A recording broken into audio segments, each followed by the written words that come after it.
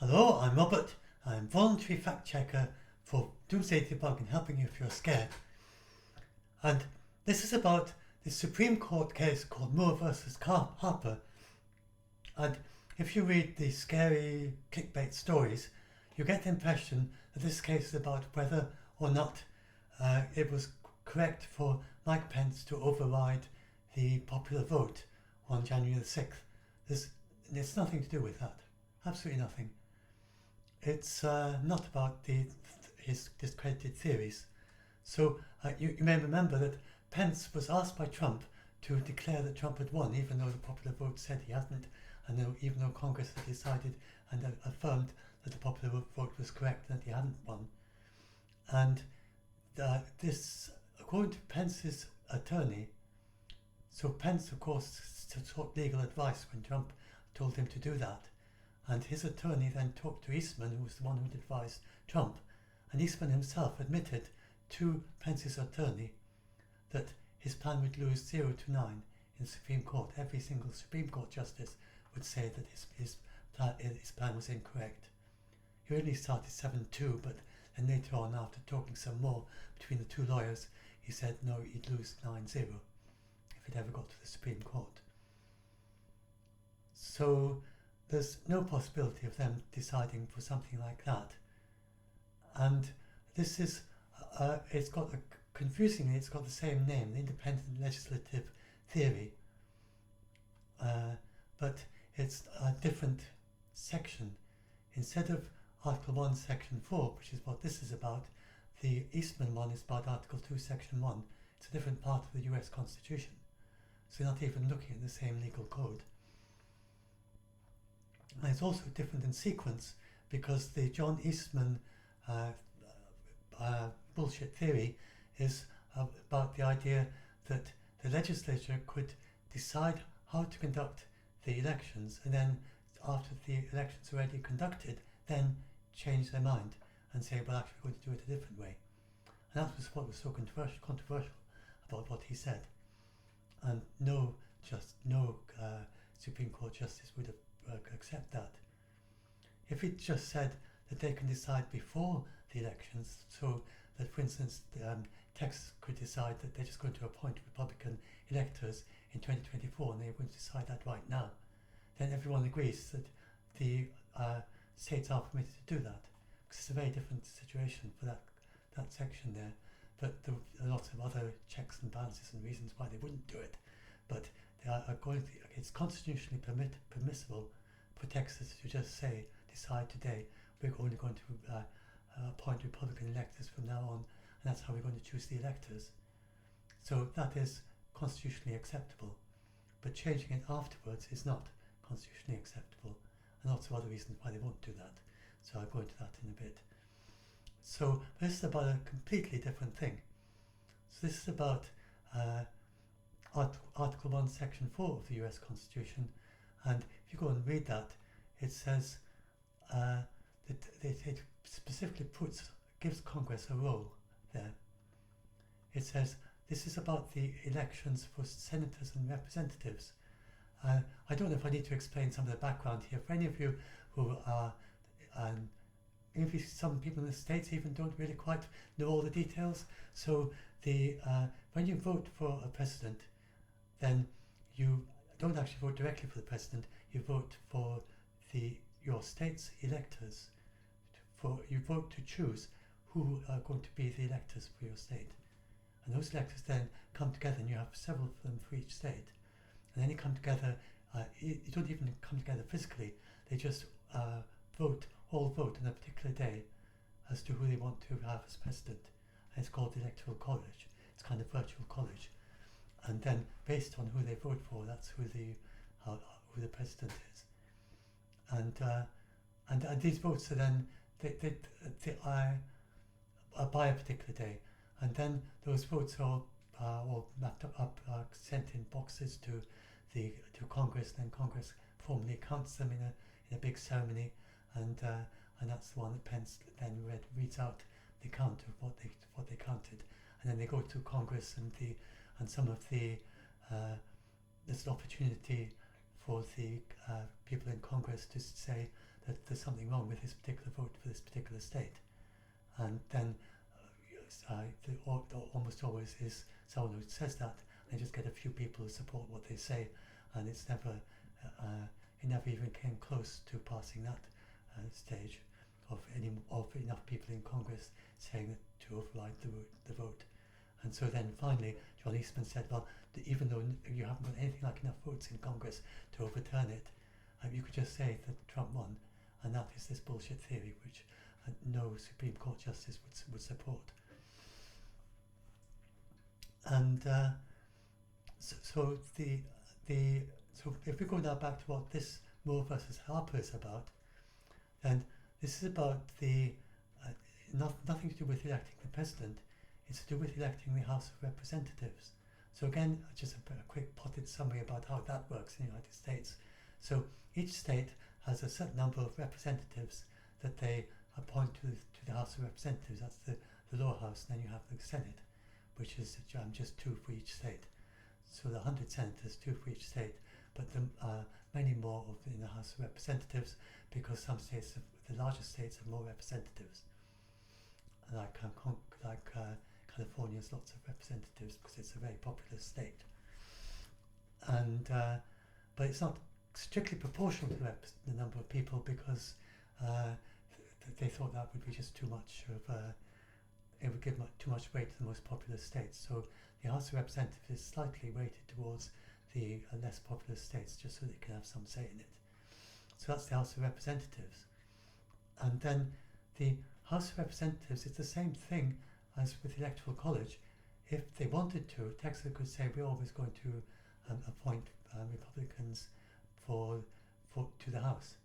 And as long as that made that decision before election day, then that's constitutionally acceptable, and everyone agrees that. And then this clause says that the Congress can at any time, by any law, make all such regulations, but there's the laws that Congress has passed so far would still permit a state to just say, well, we're just not going to hold a popular vote this year. We're going to appoint Republicans or Democrats to the House of Representatives. So in principle they could. We'll see in a minute. There's loads and loads of political and other obstacles that prevent them from doing that, and that's only been done very rarely in the past. Like Colorado, when they first joined the Union, then they weren't ready yet to do popular votes, so they just appointed electors by themselves. The legislature appointed electors. So that's what this is all about. It's about the appointing the representatives to the House of Representatives. It's nothing to do with the president. And then, as you can see there, the Congress has a role there. Let's just look at the other one so you can see the difference. I just do a search on the page, and I'll just show you, compare the two. Got search for the other one, and there we are. This is the one. Yeah, that's the Article 1, Section 4, and then this is the second article, which says, I think it's Section 1 or something, the second article, and that just says each state shall appoint as such manner as the legislature thereof may direct a number of electors, and it gives the number of how many there should be, according to the number they're entitled to the total number of senators plus representatives, but that no senator or representative shall be themselves appointed an elector. So it's the same number as the senators plus the representatives, but it's not the actual senators plus representatives who do it. And these electors then, they can choose in any way they like. So they could just choose electors that are going to choose Republicans. It doesn't explain. There's nothing in the Constitution to say in what manner it's got to be anything to do with a popular vote. It's just not in the Constitution. So there's later things that led to them doing. It is done by popular vote in all the states, but the Constitution doesn't forbid them doing it some other way. So that's and neither of them. Oh yes, and then just to explain, let's just explain the Eastman theory, and then I can pretty much done.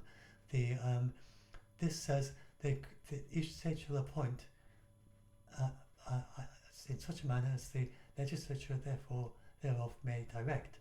So the legislature can direct to the state how to appoint the electors. And so the states have all decided to use popular vote. What this does not say is that the legislature can then, after the state has appointed these electors, say, we're going to appoint them again in a different way. And that's the John Eastman theory. And he claims that this means that the legislature, after the state have already appointed them by popular vote, can then say, but we don't like the way the popular vote turned out, so therefore let's go back to the legislature, and the legislature then can direct them a second time after election day to appoint a different number of electors. And that's the thing, it's just never going to pass through the Supreme Court. They're never going to accept that as being a valid argument. They'd vote 9-0 against that, and against that argument. So that's why you don't need to worry about the John Eastman theory. It doesn't make the slightest bit of sense to anyone except John Eastman. So what is it really about? Well, states' courts can rule on the legality of their own state elections, and everyone agrees on that. It's really about what is the role of the state and the state constitution, and what's the role of the government, the federal constitution, and how these interact in the choice of the members of the House of Representatives. And that's very narrowly what this case is about. And it's all aspects of how you choose the members of the House of Representatives. It's not about how you do the state elections. So each state has its own mini Congress, and the governor of the state is like the president. It's just a kind of copy of in miniature. It's almost like a model village kind of thing. It's a copy of how Congress works. And you've got your own Congress for each state, where you've got the members of the House, the members of the Senate. You've got the governor. There's some slightly different rules. Most of them don't have the filibuster rule in the Senate, for instance. So they make up their own rules. So they have their state constitution, which explains how all this works. So that's decided by the state. And the state's decided, they're going to do it similar to the Congress, but they haven't done it identically. There's some variations from state to state. And similarly, the variations from state to state as to how the elections are held for the state, for elections of the members of the state, the state legislators. Now, there's a bit of confusion here. This legislature is not the same as legislators. It's a different thing. If you go and look down here, by the legislature thereof, it doesn't mean the legislators, which are the ones who actually make the laws, and that's what the local and even those what the members of the House and Senate for each state, they make the laws. But legislature includes them plus the governor plus the justices, and that's how it's normally understood, which they then all combine together. Then they work out what the laws are for that state. So that's what legislature means. It doesn't mean just the legislators. It also means how it all functions. And that's well established understanding of what that word means, going back and back. And it's not likely that the Supreme Court decide that means something different. So the question here just is, what is the scope of the state constitution? And can it only be used to determine the local elections, now those are done, or does it also determine how the federal elections are done for the House of Representatives and the Senate? Some details about it set for the Senate would also be done. It's due to it's the state constitution that decides that. Although by the constitution they do have to appoint 2 senators, and it has to be by popular vote, by one of the amendments. So they can't do the Senate in any other way except by popular vote. But they could in principle, though they don't, do the House of Representative members of the federal government by some other method. So then if you go and look at what the state constitution, as it said there, it's very clearly stated in this that the Congress can specify how this is done. So it's ultimately up to Congress not the state. So the Congress can't tell the states. There's a clear separation of power here, or clear separation of responsibilities, that the states decide how they elect their own the local government of the state, basically. That is decided. How that's done is decided in the state constitution, and Congress can't tell the state how to do that. Can't tell them how to hold their state elections.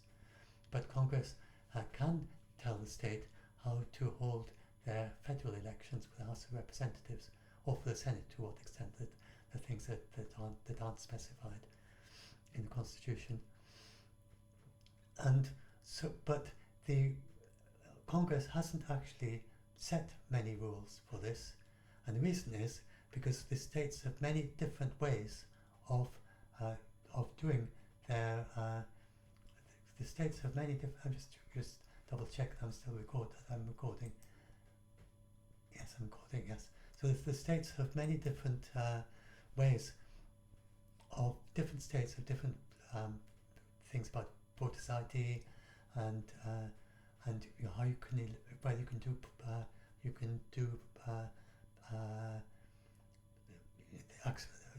using postal ballots, identification, the what do you call them? You know, these things where you can vote in advance before the election day, and all these things, and how long after the postal votes are valid if it arrives late, and things like that.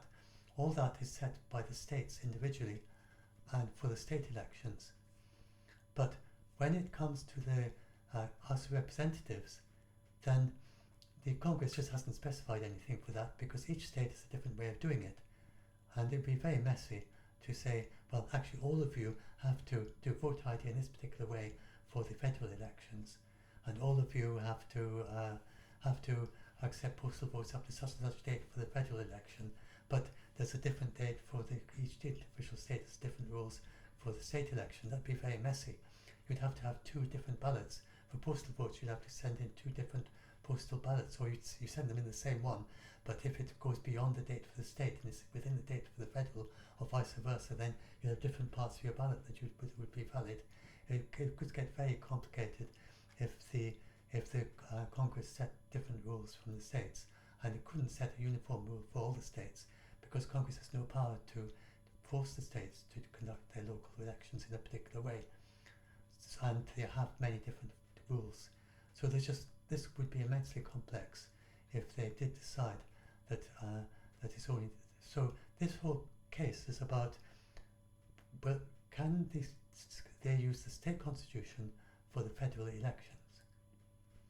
And if the Supreme Court was to decide that no, they can't, then it starts getting very complicated, as I explained, because then it's up to Congress to decide, and how is Congress going to make all these decisions?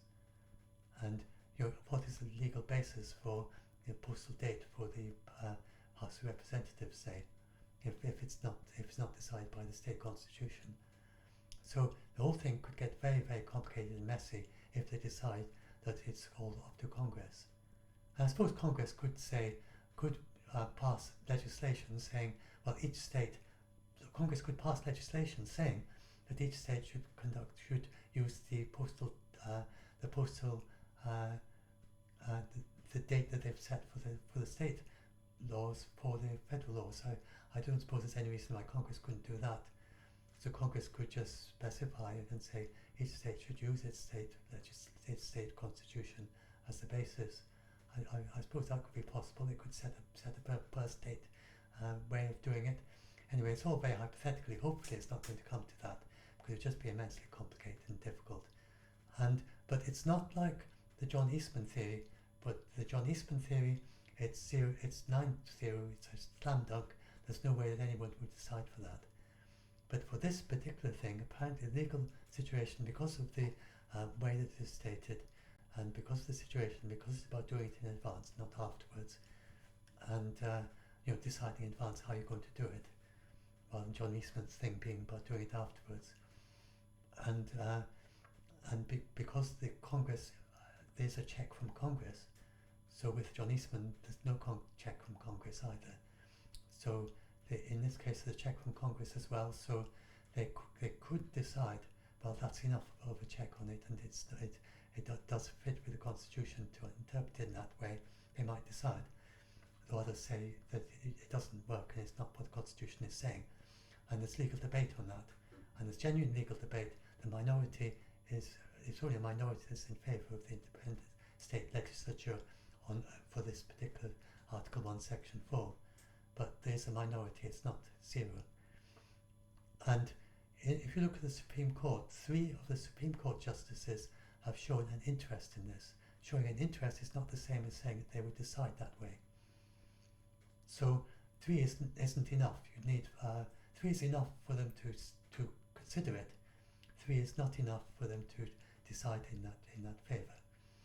So and then people can work around with another and say, well, suppose all 3 of those decided that they supported this, then maybe you could nudge this one, then be down to Amy Coney Barrett.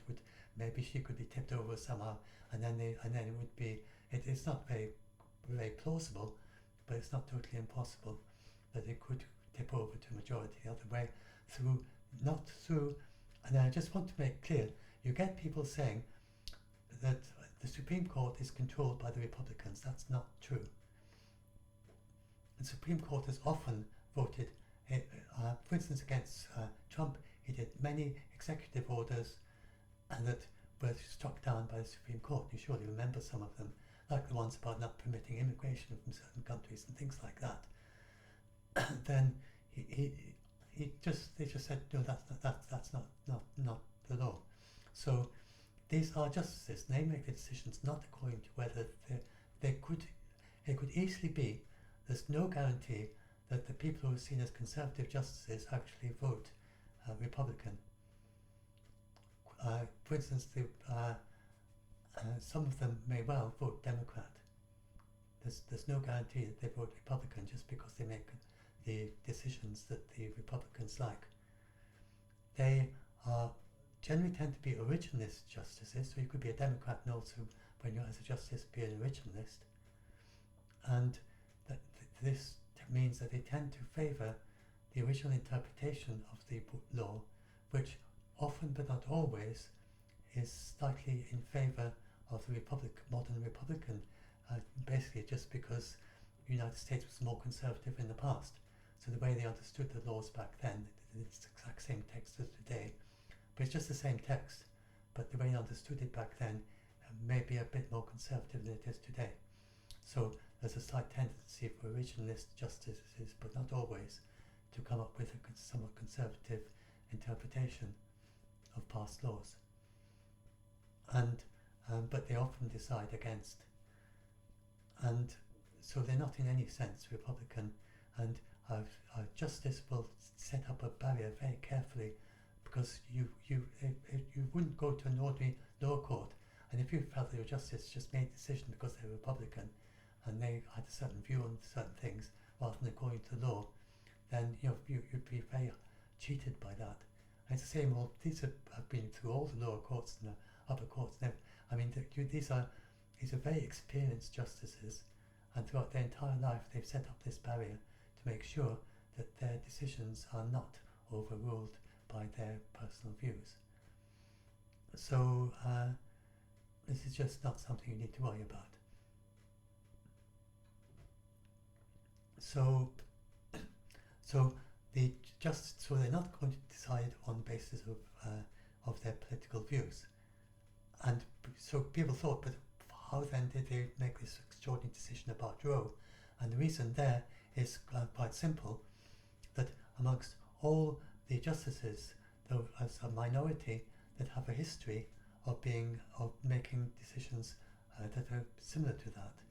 And then amongst all those originalist justices, the few that decide like that, then the presidents, they kind of looked through the past decisions of all the justices and said, well, these ones, they make decisions like that, let's appoint them to the Supreme Court.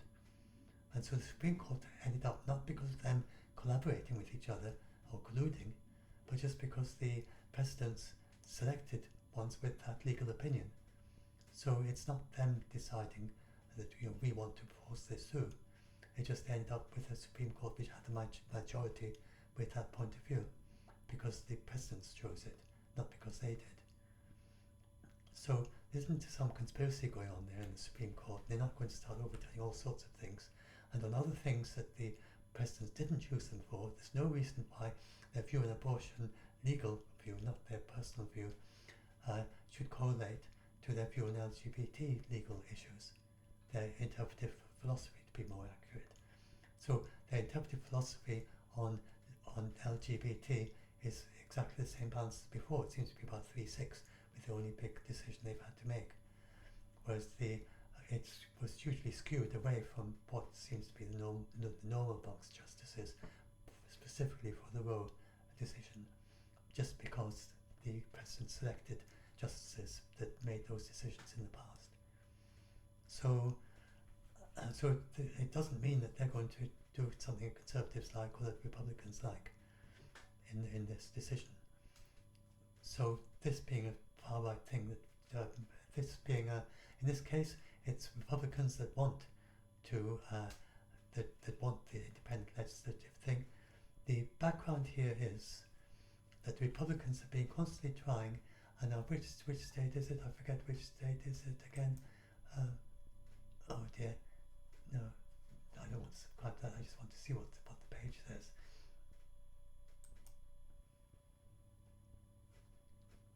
Is that the right one?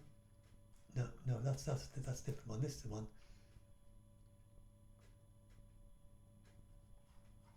I need to worry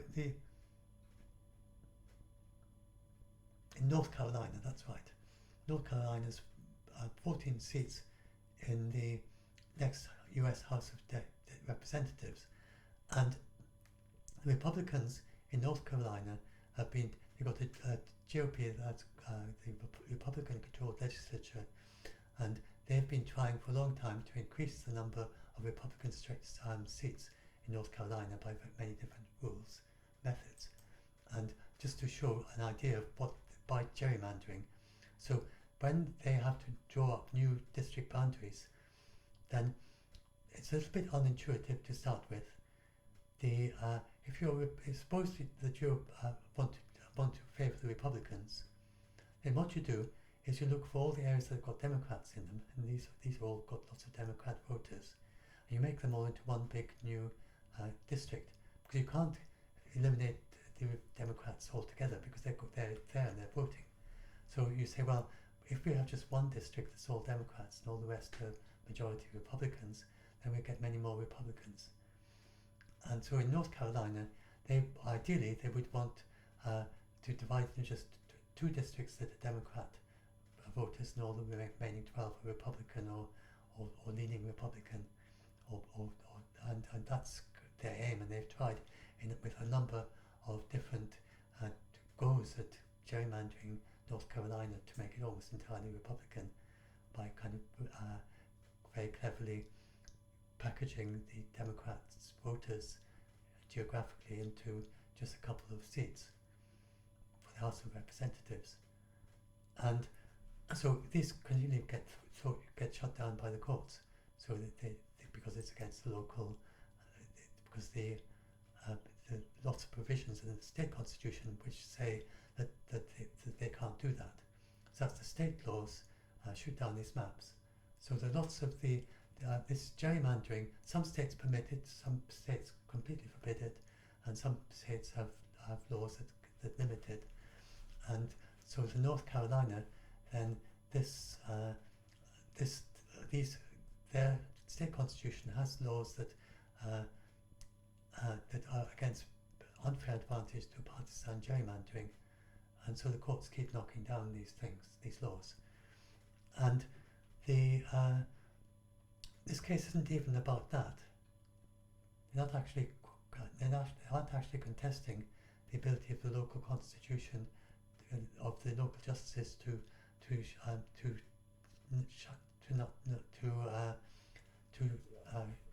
throw out maps that are partisan.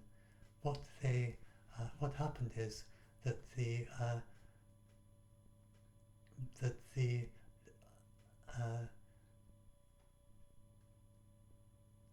they use a court-drawn map in its place. So that is what they're contesting. Was it right? So they didn't have time before the next election to set up a new map. So not the justices themselves drew this map, but they commissioned someone else independent to draw a new map for the next elections. So that's what is being contested in this case, is whether the Supreme Court was right in doing that. Now this page is a little bit kind of clickbait and exaggerated and hyperbole. So, but that's the basic idea behind what is about, which explains quite well. So it's not even, at least in the original case, it's not even saying that the courts can't shut down partisan gerrymandering if it's against the state constitution.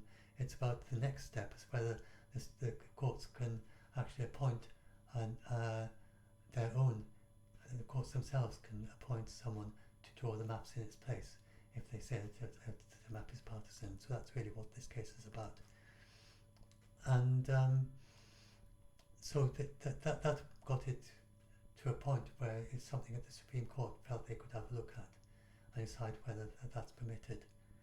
So as you can see, it's really quite a narrow thing that they're looking at, and it could broaden a bit, but there's no way it's going to broaden to cover Article 2. It's about Article 1, Section 4. It's nothing to do with electors. So if they did do it, the state courts would still be able to rule on the state elections based on the state constitution. Nobody contests that.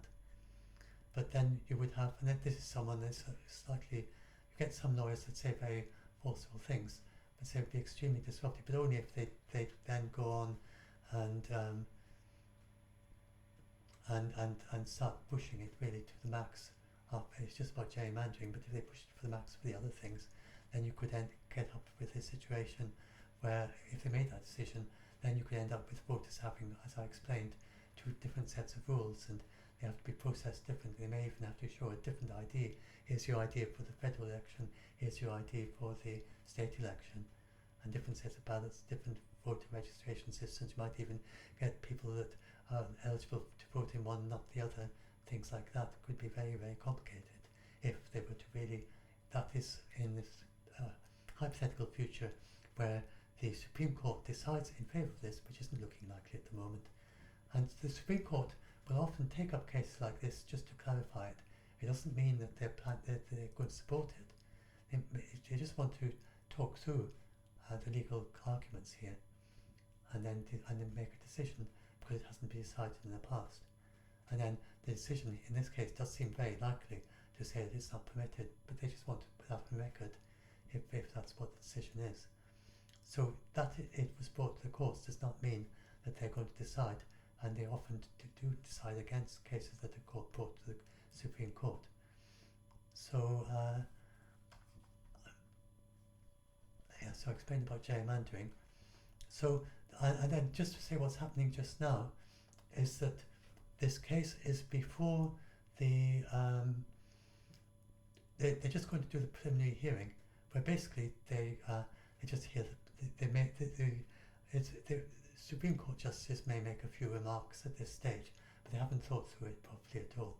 It's just the very start of their deliberations. That's what's happening next week. I'm saying this on the 5th of December.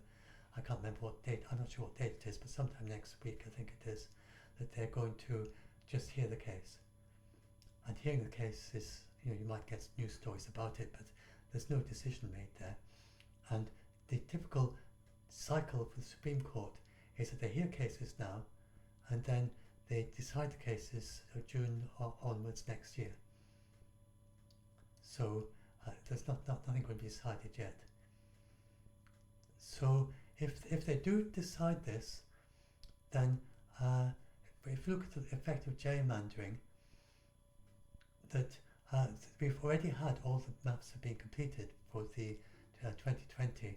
I'm not sure I don't know if they would be able to change any of these, maybe, but it's not made a big difference. It actually slightly helped the Democrats in the long term. So but it didn't make any difference for the midterms that have just gone by. It gave the Republicans a slight advantage for the midterms. They might have gained 3 to 4 seats relative to 2020 just because of the redistricting, but the Democrats gained 6 seats because of the redistricting. But the 6 seats that they gained are ones that they won in 2020 when they won seats that they wouldn't normally win. So it basically helped them to hold on to some of their seats from 2020 that they might otherwise have lost. So it didn't actually gain them anything, but in the future that means going forwards they have an extra 6 seats, the Democrats, that are somewhat more secure in all future elections as a result of this redistricting. So, and it included some partisan gerrymandering for the Democrats. Now, no matter what the Supreme Court decide on this particular case, it is within the power of the federal government to make gerrymandering for the House of Representatives illegal throughout the United States. That is their, no matter what's decided here. And that is what the Democrats want to do. As I said, the Democrats, they do some gerrymandering, the Republicans do too, but there's a very, Republicans have gained perhaps 4 seats or something like that relative to if there wasn't any gerrymandering. It's not a very large number, and it's very rare for the House to be so close that the number of seats that they gain by gerrymandering is going to make a difference between whether it's controlled by the Democrats or the Republicans. It's usually quite a big swing one way or the other between the two possibilities. But it could, in a very, very close House, like at one point they thought it was going to be last midterms, then the gerrymandering could have made a difference. And I think this last midterms it was too much of a difference for actually the gerrymandering to have affected that, or not very easily. But in some very, very, very close cases, which haven't been for sometime early last century, then it could make a difference. So, and then and same the other way, if the Democrats rule out gerrymandering, then it gives them a very, very slight advantage in the future. But that's the reason why the Republicans, they generally don't support ruling out, making gerrymandering illegal. So, just because they've got a slight advantage from it, and why not keep that slight advantage, basically?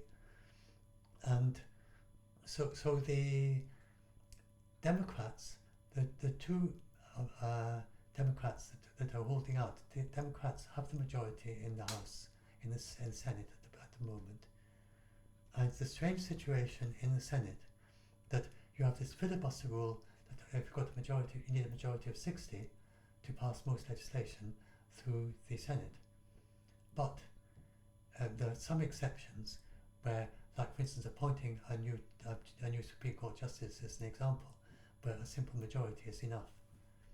And so you can, there's the idea that you should have a carve-out for voting restrictions, and also for, I think, related to abortion, and there's another carve-out that the Democrats want to do, where a simple majority would be enough to pass these laws.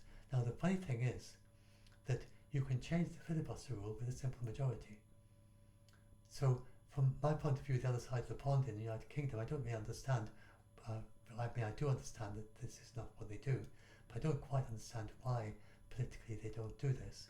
You'd think that they just say, well, we want to pass this particular law, and we'll just do a filibuster carve out. We've got a majority, so we can just use this majority to carve out this particular thing that we want to pass the law, and then use the majority again to close that loophole again, and they could pass any law they like in that way. But it doesn't. Although on paper you could do that, it's just like politically totally unacceptable to do that, so they don't do that. And the two, even though they wouldn't be breaking any law, it would be within the Constitution. Indeed, the filibuster is a bit of a strange thing. It's not in the Constitution. It's sort of a mistake. It got there by mistake, as it were. It's not. It doesn't say in the Constitution that you need a majority of 60. it's got a kind of interesting history. It's kind of a mistake that turned into a rule. So, and no other countries have the filibuster. And most of the US states don't have a filibuster. It's quite some states do, but most states don't in their Senate. So, but the US is very tight with their filibuster, and they think it's very important. They think it leads to stability, and the law's not flip-flopping between presidents. So that's why the moderates, in the two moderates that don't want a filibuster carve out for the for voting rights and for things like gerrymandering. So these two people would vote to make gerrymandering illegal, but they wouldn't vote to carve out the filibuster, so as to let themselves vote to make gerrymandering illegal. So it's one step back. If there already was a filibuster carve out, then they would vote against gerrymandering, but they're not willing to vote for a carve out in order to be able to vote to make gerrymandering illegal. So if the Democrats get 2 more seats, so of course they didn't achieve it this time. They might get the Georgia one and be 1 extra seat, but they would need 2 extra seats. They would also need the House, unless they can manage to convince some Republicans in the House to vote for gerrymandering and convince McCarthy to bring it to the House floor. That's not likely. So it's not going to happen in the next 2 years, but it's very common that it swings against the current president in the midterms. Then next time it might well swing away from Biden and swing towards Biden again. And so it's not impossible at all. It's almost reasonably quite likely that in 2024 that Biden might regain the House, and he might get an extra seat in the Senate if he does a good election then. And then he'd be able to make gerrymandering illegal throughout the United States. And then that'd be for the House of Representatives, and then this would just be completely overturned no matter what the Supreme Court decide. So it could be that whatever the Supreme Court decides, it could be only effective for 1 year, for 2024. And that wouldn't really give the North Carolina much time to change their map for the House of Representatives by 2024. So I don't know quite what effect this will have if the Democrats do regain the House in 2024 and get a couple of seats in the Senate. But then if the Republicans, of course, gain the House and the Senate, or the Senate or both, then this could be a more significant decision that it could lead to cementing in a few more seats in the House of Representatives due to a more permissive gerrymandering. So, of course, I mean, it'd be more permissive for Democrats who want to do the same thing in some other state. I think, for instance, New York has anti-gerrymandering rules, and I suppose the New York legislature could use the same argument, and if they went all that way as to say, but it's not. So it could be just a very narrow decision, just saying that the court can't that the state constitution governs what is permitted, but it doesn't give the authority for the court to appoint their own commission to make new new boundaries for district boundaries. So that'd be an example of a very narrow decision that would still be favouring to some extent the state legislative idea. So you could have quite a lot of nuance, so lots of different possibilities. It's not just in favour or against, and it's nothing to do with Eastman, and it could be just a very narrow decision like that, just saying that they were wrong to appoint a commission and to basically draw maps. The court can't draw the maps, and say that this clause, Article 1, Section 4, doesn't give the courts that isn't saying that the legislature bit of that doesn't give the courts the authority to decide the maps themselves, in whatever way they interpret that whole thing. So I beat loads and loads of complex legal arguments, and they have to argue what exactly does legislature mean, and how does it all, and pull its spin off to dozens of pages before they eventually decide what it all means. But that's the issue at stake. And they'll probably be looking at past legal decisions over centuries being originalists, and they might even start looking at how cases like this have been decided in the United Kingdom, because that is also looked at as by some originalists, and it could probably be some immensely complicated case, but it's not going to be based on whether it's Republican or not. It's going to be based on looking at ancient history of how to interpret the terms for the originalists. And so they can make sometimes quite surprising decisions as a result of that. But it doesn't look, it's only 3 Conservative justices who are considering doing something like this, even this very minor thing of that the court can't decide the boundaries themselves when nobody else will do it. And so it's not about the Electoral College, as I explained. And I just want to expand a little bit about that. I've mentioned at the beginning that although nobody would support John Eastman's theory that the states can take back the popular vote after the election, they could already take it back before, as long as they decide to do it before the popular vote, before election day. And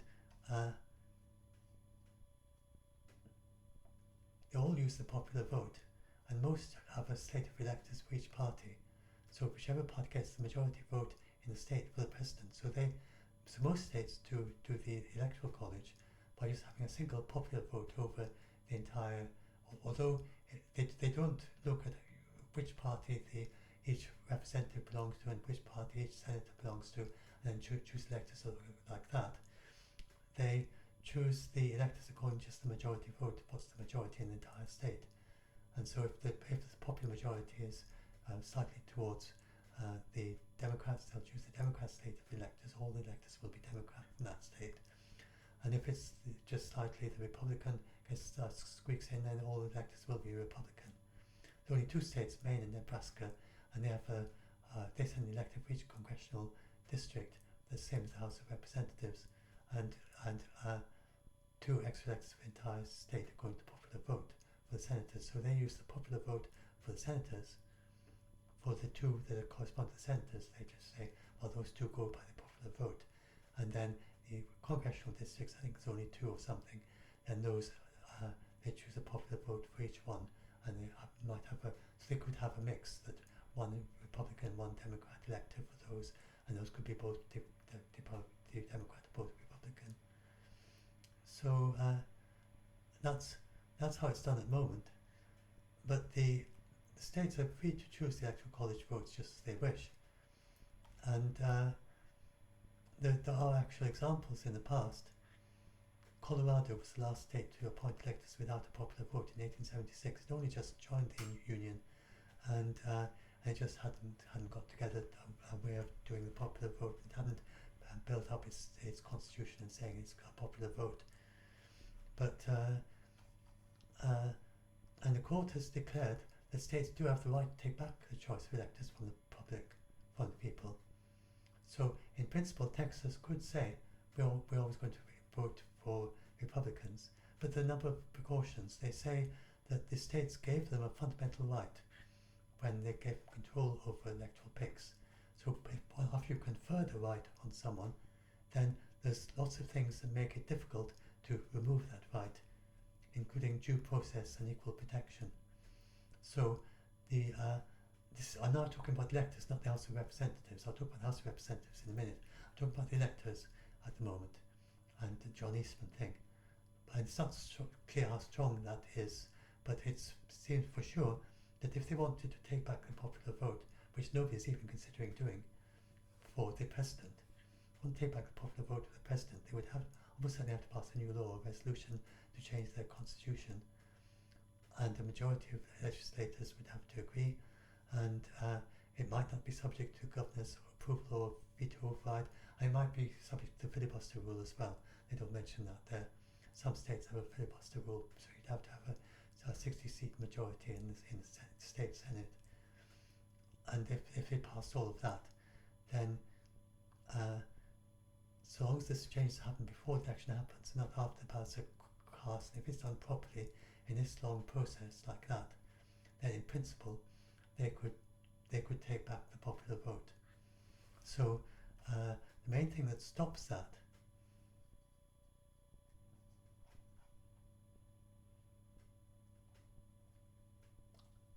but it's only in rare situations where the popular vote couldn't be carried out properly. So if they decide before the popular vote that for some reason we can't do it, but first they could have decided because of the COVID pandemic, and that the states went to a great deal of care to find safe ways of letting people vote. But some state could have ruled that we're just not going to let people vote because of the pandemic, and then said instead we're just going to vote Republicans late. And as long as they decide that in advance, and there's a good reason for it, and they pass all the laws to make that happen, then that would be an example of a situation where the popular vote definitely could be overridden. And I don't think there'd be much problem if a state did that and did it very carefully and did it in the right way. Then there would be rare situations in which it's permitted, as long as it's decided before. It's not, but as long as both houses and the governors approve. But they would have to change their US constitution, since all the states have laws saying the electors have to be chosen by popular vote. Anyway, so none of that is going to be changed by this case. And although they could do it technically, the main reason they don't do it is political, because this only affects the way that the president is chosen. I remember still talking about the electors at this point, not what the Moore versus Harper is about.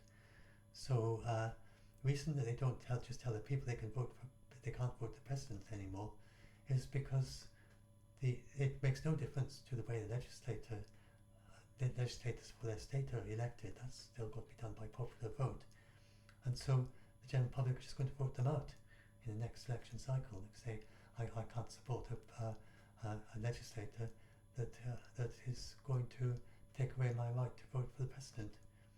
So it's not going to be, there's no way that they could run a manifesto saying, vote for me and I will take away your right to vote for the president. I mean, that's obviously not going to work. So and when they do their manifesto, when they're campaigning, they would have to explain to the people that they're campaigning for, vote for me, because then you won't need to vote for president anymore, because we'll decide for you. And there's no way the American people are going to do that. So I don't think we need to worry at all about the possibility that some states are going to tell the people they can't vote for president. So now I want to go and look. So that's looking at the. Now I want to look at the popular vote for ordinary elections for the House of Representatives and the Senate. And in this case, there is much more protection. Not in the articles that I shared, but in the amendments to the Constitution.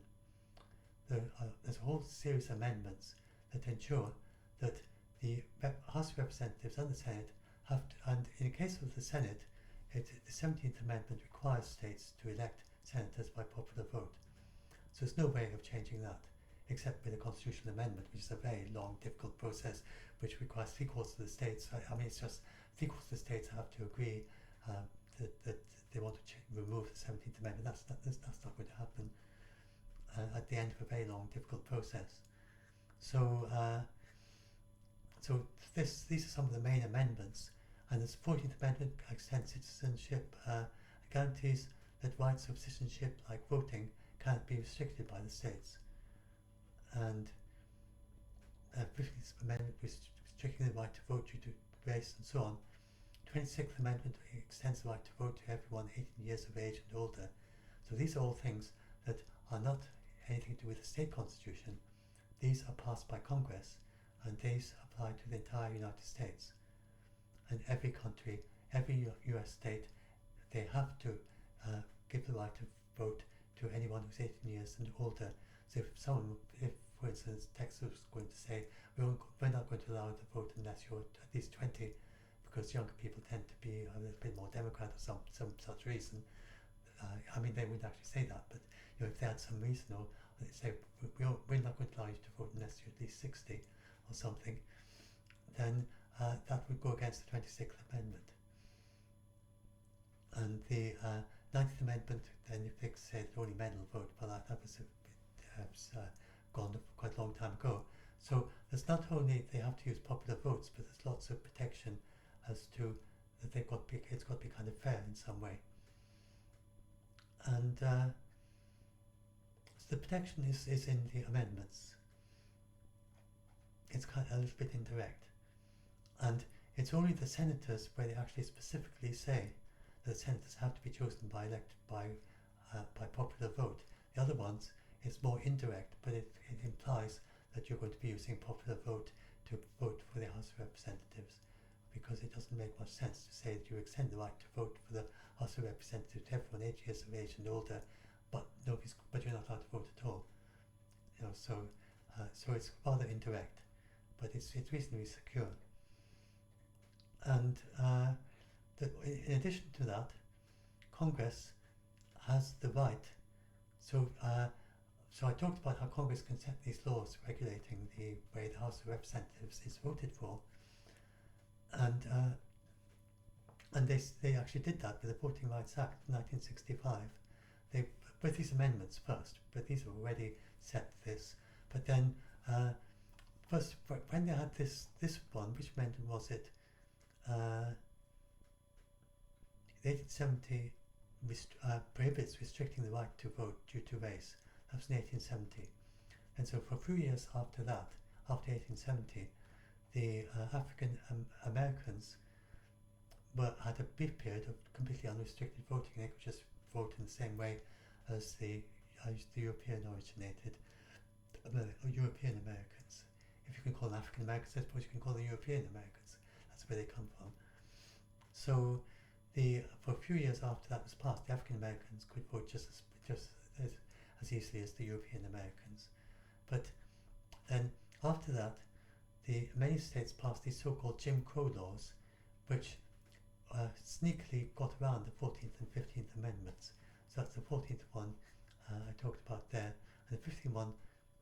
The 14th one extends citizenship to them and guarantees the rights of citizenship can't be restricted by the states, and says that rights of citizenship like voting can't be restricted, and the 15th prohibits restricting the right to vote due to race. So that, but then they got around it by things like literacy tests and poll taxes, because many African Americans at the time were poor, so they couldn't afford to pay poll taxes, and they also couldn't read or write. And so using these literacy tests and poll taxes, they disenfranchised many of the African Americans. So that led to the Voting Rights Act in 1965, which explicitly lets Congress passed a law that let itself interfere in state elections if the voting isn't fair. And then this led to a series of tests to see if the state elections were unfair to African American voters. And if they passed those tests, legislatures had to check any proposed laws with the federal government.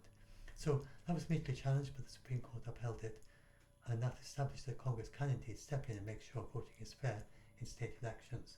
So, as I said, the way the state elections are conducted is done by the state, and the state have a lot of freedom there in the Constitution. They can set all sorts of complicated different rules about how the voting is done. But Congress can interfere with that, and that is explicitly said in the US Constitution.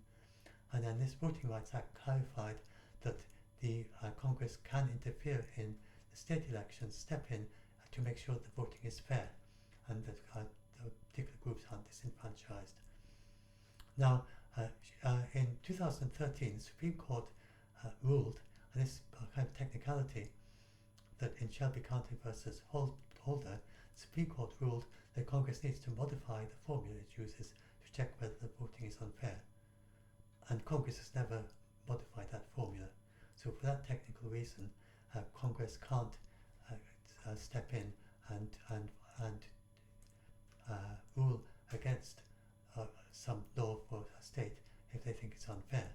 But the principle is there, and they don't need to pass new laws. They mainly need to change the formula, update the formula they use, and then they'd still be able to use the 1965 Voting Rights Act. So Congress can certainly step in and ensure voting rights if there's if something is done, if as a result of this they were to make decisions that are unfair about that meant that some groups were disenfranchised. So that's the. I'm not quite sure how this all relates to. What's this all related to? I'm just talking about how there's protection for the popular vote for ordinary elections for the House of Representatives and the Senate. Yes, that is right, because so if the state legislature, it wouldn't be the state constitution anymore. Suppose that this was passed, this Moore versus Harper thing was passed, and that they upheld it. Then that would mean that the state legislature could say could make new rules about that are not upheld by the state constitution as to how to conduct. They could just direct. In fact, I think the state legislature could just direct it to be done in particular ways. And it wouldn't be based on the state constitutional law at all. And any laws would, as long as it's within, it's legal according to the very few federal laws, which I've just summarised most of them there, then they can just basically say what they like. And they could just say, just order and through the executive, I suppose the governor would have to be behind it as well, because it's the executive is going to actually carry it out. And so they could do what they like. But the principle is still there, that in that remote case where the Supreme Court does agree that it's only federal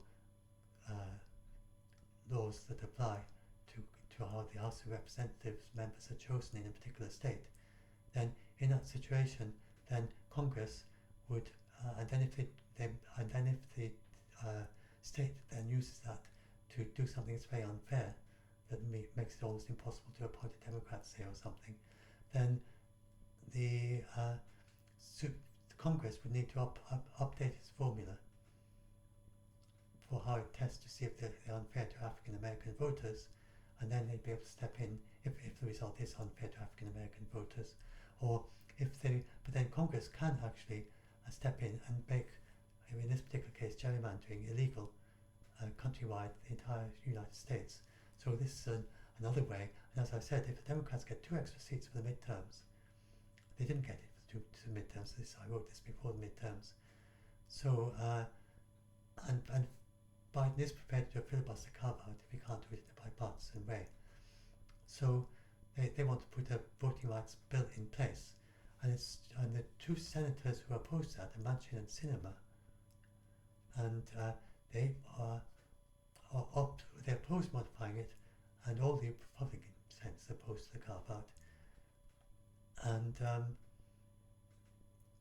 but this Freedom to Vote Act would outlaw partisan gerrymandering in congressional maps, anything to do with US Congress, and require neutral redistricting standards for all states and mandate transparency in the process. So if they did that, then it would no longer be possible to use this approach with anywhere in any of the states. And then if I go back to the thing I did up there with the showing the effect, it would make just very little difference to the House. But in case where it's very, very close, then this might gain a few seats to the Democrats. And this is why the Republicans are opposed to it. Now, people, Sinema and Manchin, they worry that if they do this filibuster carve-out, that then it's going to flip-flop, that laws are going to keep flip-flopping between presidents. But I mean, other countries don't even have the filibuster. They don't need a filibuster carve out because they just have a simple majority. Most of the US states just have a simple majority. So in practice, you don't get this flip-flopping. And this would be, it's kind of very rare, you get some things changed, but generally, if you're going to pass a law, then there's quite a lot of support behind it. And even if you change to another government, then they're just not going to get enough people voting for it to be able to pass it, to try and upturn it. And this would be a case in point. A lot of people don't realise, it seems, in the United States and in the United Kingdom as well, for our parties, but the way that the parliamentary democracy works, like it does with the United States, is that it's normally done in modern democracy. It's done based on manifestos. So your president does a manifesto. So Trump had this manifesto that he said he'd build this big wall with Mexico, and it doesn't really matter whether he personally wants to build a wall. And what matters is that is what his manifesto was. So he got voted in as a president on the basis that he would build this wall. So that's why he kept plugging away at it. And you can't actually tell whether that was his personal view or whether that is just that it's because it's in his manifesto. He'd be expected to do it anyway. And in the same way with Biden, then he had his manifesto a particular way of doing climate change legislation. And there were a number of different ideas in the Democrat Party. And for instance, that very popular, what's his name again? The older chap who was very popular. Name just skipped from my mind. But he wanted to do a much more dramatic climate change thing, where the US would borrow vast amounts of money in order to build lots of renewable energy stations, and renewable energy, a big boom in renewable energy throughout the United States. And then he reasoned that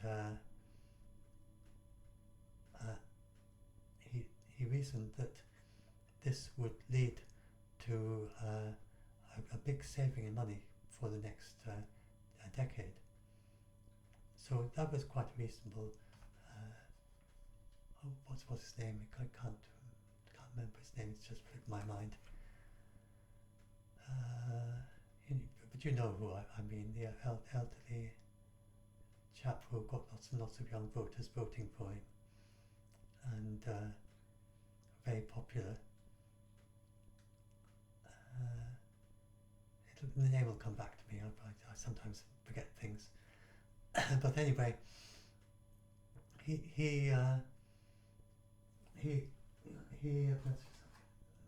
throat's getting dry.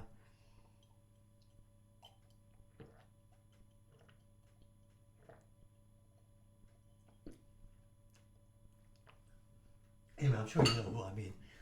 The name's just gone, but I know the person. I can imagine there's that various memes about him and things like that. Just the name has skipped my mind for some reason.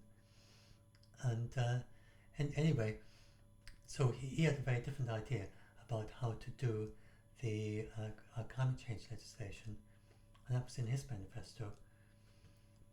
But Biden isn't that, and Kamala Harris had a different idea as well. But even if Kamala Harris became president, even if Biden died or something like that, and Kamala Harris took over as president, she's committed to Biden's manifesto, not her own ideas about climate change action. So that is the way that it works with parliamentary democracy generally, that a party, or president in this case, comes with a manifesto, and you vote for the manifesto, and then based on the manifesto, then you have your action, and it's not directly what the president himself decides, or herself. They have a wide range of actions that they can do within that, but it's got to be to do with their manifesto that they were voted in for. and where the manifesto is clear, then they need to follow their manifesto. And it's a little bit like the filibuster thing, and technically it's nothing to stop the president deciding anything, but it's a very strong kind of social thing that makes it in practice impossible for a president to come in and do something different from what he was voted in to do. And so if suppose that in 2024 Biden makes gerrymandering illegal countrywide and ensures fair voting countrywide. Now, suppose in 2028 we get a Republican being candidate for president, and he's got a good chance of being elected, and that wouldn't be too surprising. Then if he wants to reinstate gerrymandering, then he would have to run a manifesto of saying that we're going to reinstate gerrymandering.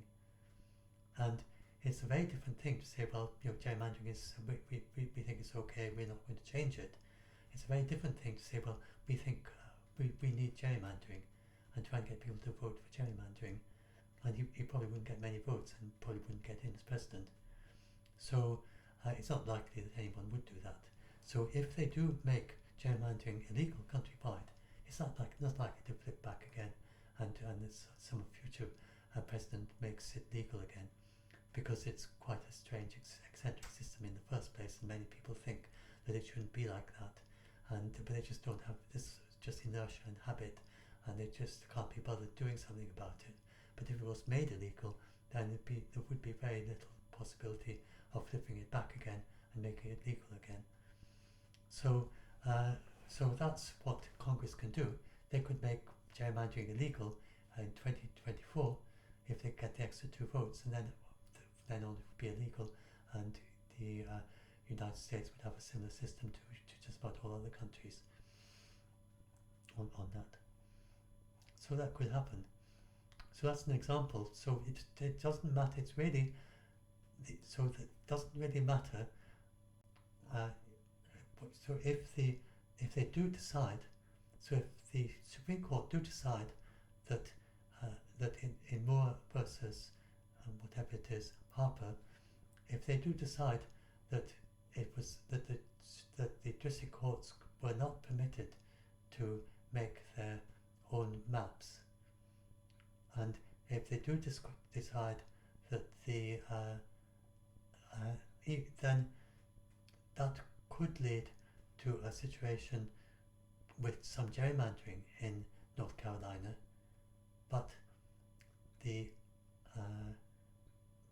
federal government still has the right to make that gerrymandering illegal, and the Supreme Court certainly would support that, because that is written into the Constitution, and there's no way that the Supreme Court would decide go against the US Constitution. The US Constitution is superior to the Supreme Court. It's the only thing that is superior to the Supreme Court. And so the Supreme Court then interprets everything else according to the US Constitution. And so there's no way that something that's clearly stated in the US Constitution like that, they're not going to go against that. They can't change the US Constitution. The only way to change that is with a constitutional amendment, which is a big long process. The Supreme Court can't do that. So and Supreme Court can't pass laws, they can only interpret laws. So the Supreme Court is not going to overturn that, and that means that whatever they decide, if the people decide that they don't like gerrymandering, and then if they vote in legislators who then vote to make it illegal, then that is there's no way the Supreme Court is going to stop that. So it doesn't. It's a bit of a technicality. It might win a few seats, but it might for the Republicans, but it's not likely to be enough to change the House unless it's a very, very, very close thing. And it's not something to worry about, and you just get lots and lots of clickbait stories about this. Yeah, I've explained all that. So that's it. I've explained it. So just to go, I think so. Hopefully that's all clear now. And you do get a lot of very uninformed, and you also get that I think it's sometimes a bit strange to understand why the lawyers say the things they say, and I think some of it's hyperbole, some of it's making some kind of academic point that is kind of very obscure, very kind of they, what they're saying is not really something that's likely to happen in reality, but they are very intrigued by the legal possibilities, even if they're very bizarre and strange, and no way the Supreme Court's really going to decide them. But I think sometimes legal scholars are a little bit kind of fascinated by how far it could in theory be pushed. And they sort of say, well, there's no way the Supreme Court would really decide that. But what in theory could a Supreme Court justice decide? And so I think some of these things that you see are just very intellectual legal scholars who don't explain very well that their speculations aren't grounded in anything that's very likely to happen. But the main thing is that it's nothing to do with the choice of electors. It could lead to a very messy situation if and so just remind those two articles, they could be different articles, that's the most important thing.